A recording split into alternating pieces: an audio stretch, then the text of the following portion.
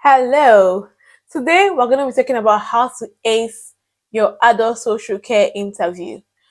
This video is relevant to support workers looking for roles in adult social care, simply means working with adults, and social workers looking for entry qualification roles in adult social care. We're not going to waste time. We're going to go straight into it. I have interviewed for a couple of roles in adult social care, and one thing that is guaranteed is I ace my interviews. I did not start acing my interviews. It wasn't inbuilt. It was as a result of several rejections, rejection, and I started acing my interviews. Let me tell you a story before I get into it. So before I got the current job that I do, I went for an interview with a local authority in Middlesbrough. That interview, I did not get the job, but that interview I went with that local authority in Middlesbrough was very helpful. I sat through the whole interview and I asked the interview panel for feedbacks. They gave me feedbacks on how I can improve my next interview. And with that, I was able to ace my next interview and I'm going to head to ace other interviews. So the point I'm making is that sometimes rejection is not a bad thing. I went for that interview in Middlesbrough. I did not get the job, but I learned so much from it. And now I'm going to be teaching you. If you have a role in adult social care, recently someone reached out to me. They've got a support worker role in adult social care with the local authority. The new non-qualified social workers are either called social work assistants, community care officers, or whatever they are called in your local authority. If you have an interview coming up, this is helpful for you. Number one thing you must know, this is applicable to both support workers and social workers, is the Care Act. The Care Act is our Bible in adult social care. The Care Act 2014 summarizes, gives us, jurisdiction to do the things that we do in adult social care, either as a support worker or as a social worker. Now, no one would expect you to know all the sections of the Care Act. I've been in this role for almost 2 years.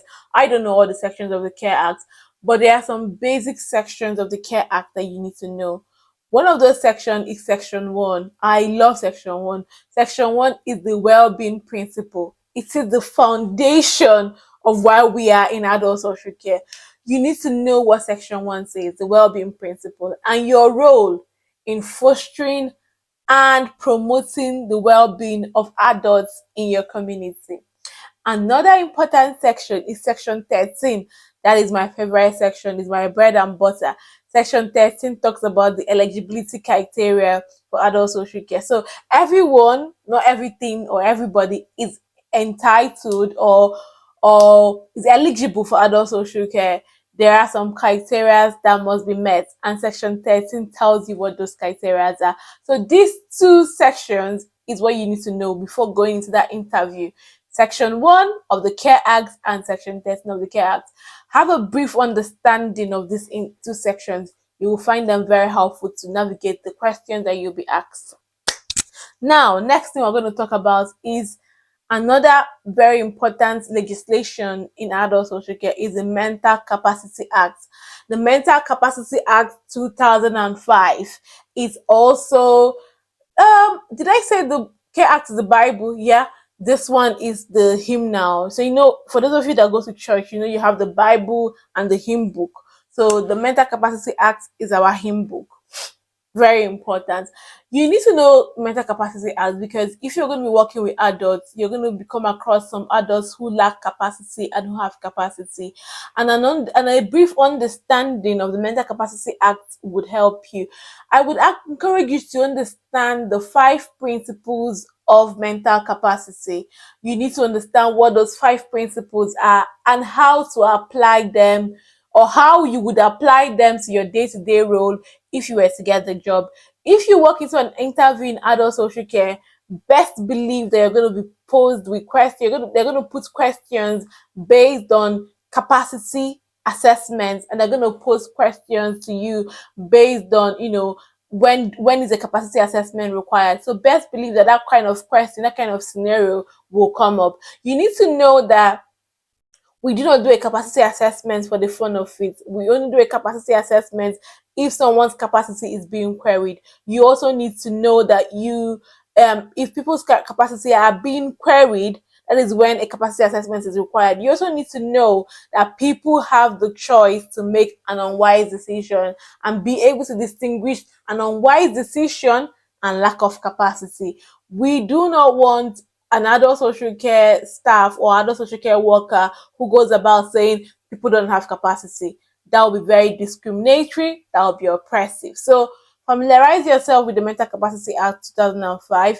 If you're feeling funky, you want to know more, familiarize yourself with the practice procedure. So for the Mental Capacity Act, it has a practice procedure. You can find all these legislations online, but have a brief overview of what they are talking about. The next thing you need to know as an entry level social worker or a support worker is the role of technology. You know, the world has advanced. Local authorities, councils, organizations are now looking for the ways that technology can support people to be at home.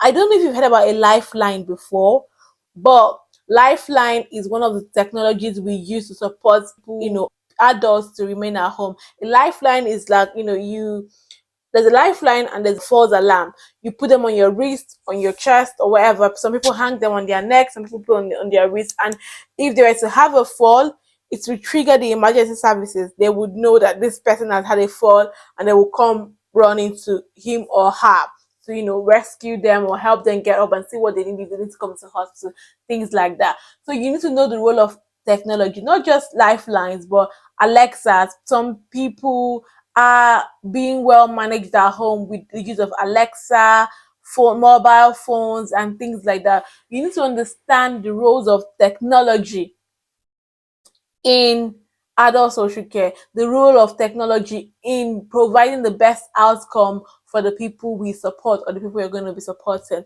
The next thing you need to know is strength based practice. This is my best.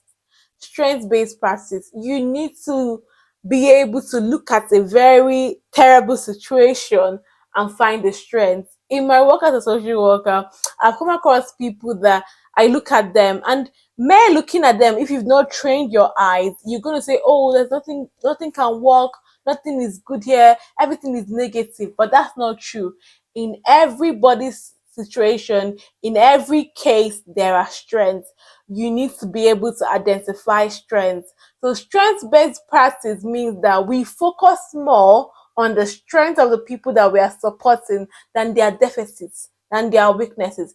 You need to be able to identify the strengths. So during your interview, you will have scenarios where they're going to put your questions that are going to be put to you, and what the interviewer will be expecting is for you to identify the strengths. So you could also go online and read up on strength-based practice. Strength-based practice simply means focusing on an individual strength instead of their deficits.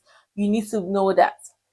Now, on part two, or just to add to what I've mentioned, if you go into an interview, this is specifically for social workers, non-social workers don't need to know this. If you go into an interview and you wanted to reference the Care Act, instead of saying the Care Act talks about well-being principles, say things like Section 1 of the Care Act talks about the well-being principle. You could even say Section 1 of the Care Act 2014 talks about the well-being principle. You can say things like Section 13 of the Care Act 2014 talks about the eligibility criteria. Now, let's compare these two things.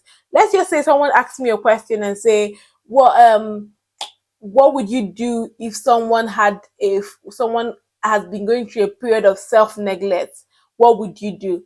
I could simply give answer number one. My answer could be, yes, I would, do a Care Act assessment and see if they are eligible for care and support needs. That's a good answer, but that's a C answer. That answer will give you C, grade C. A better answer would be, if I come across a case of an individual who has experience or is experiencing self-neglect, I would do a care act assessment under section 13 of the Care Act 2014 to determine if they are eligible for care and support needs. That's a better answer. So that's one of the ways you could phrase, your interview answers to give you the make sure you score the highest points for each of the categories, for each of the levels that you will be, interviewed on. I hope you found this video helpful, and I hope this video helps you on your journey towards securing that role in adult social care. If you found the video helpful, please do not forget to love, like, hype, and share. I am trying to grow this community. Support me to grow this community, and I promise you will get value every week. Thank you, and God bless you. See you next time. Bye for now.